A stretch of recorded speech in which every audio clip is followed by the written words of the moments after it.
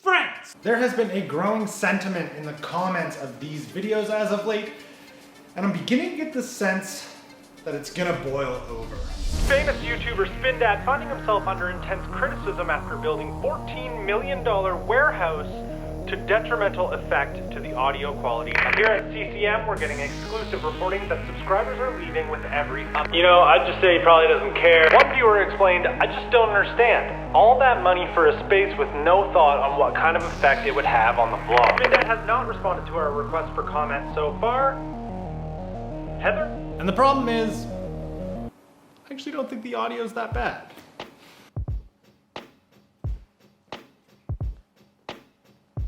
So, what you're seeing and hearing through this image right now is typically what you see and hear 99% of the time when we're in this shot. This is a Canon M50 mirrorless body SLR camera. This is a Rode, I actually forget what it's called, but that's like a shotgun, supposed to be directional microphone. And then lately, this is a Sigma 16 mil, like kind of expensive lens. I was just tooling around with Rawstercross on the ramp the day we were bringing the OSB in for here.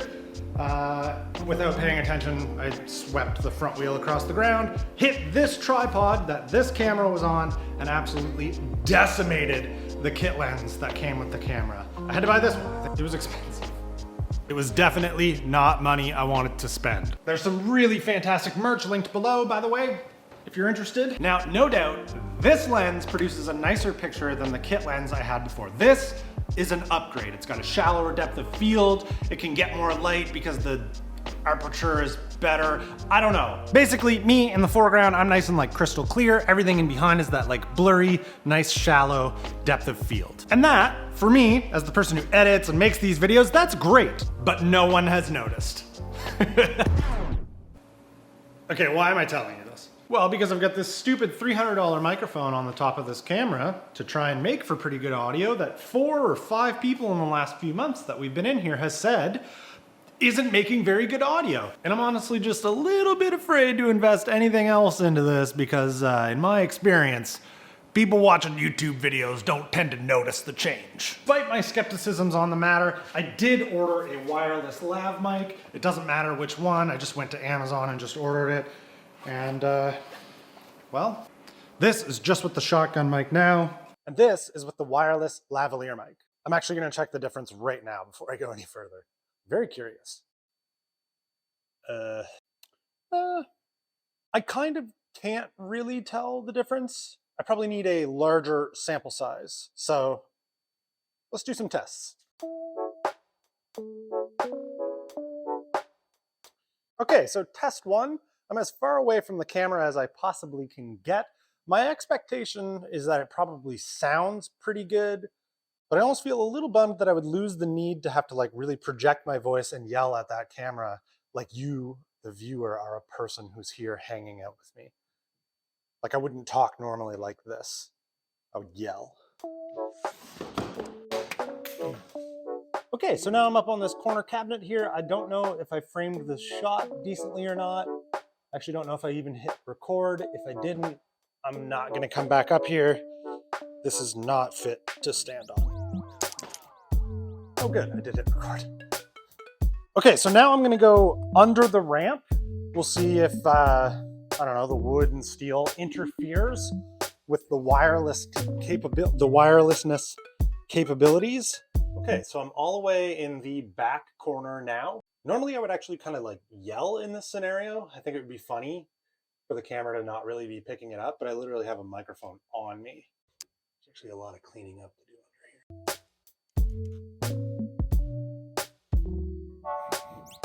here. Okay, I think that kind of covers anywhere I would feasibly go in the shop, like how I actually interact with this space. If anything, it's like when the camera's as far away as it is right now, that the echo and like the reverberation is as bad as it can possibly get. And I would expect that if this is working right now, it definitely sounds better. Okay, kind of a quick, awkward cut to me coming back inside. I did go inside to make coffee and warm up a little bit. Believe it or not, it is a little bit cold in here. It's a kind of a cold spring day. Despite even having 2 heaters going, when you don't move around enough, your hands get cold. And it kind of gave me the idea to test this microphone setup with how I normally get it as warm as I possibly can in here. Got the heater going, and then I usually have this fan oscillating back and forth to try and blow some of the heat all around in the garage. And it really, really helped. But typically, because the fan is so noisy, I usually turn it off when I'm in here shooting with the shotgun mic on because I don't want it to interfere with everything that's going on. So this is just a little test for me. I don't know if it'll make it into the video. Can you hear the fan going? If you can, I'll have to continue to turn it off. If not, it can stay on and the place can stay a little bit warmer.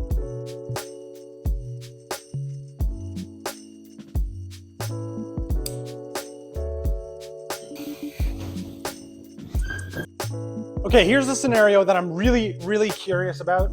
If I was wearing this and riding this bike on this ramp, which I do a lot, what kind of quality do we get? Like, does this shaking around like mad make a bunch of noise? Like, is it terrible? Like, can we have a conversation like this? What if I get into a long ice pick stall?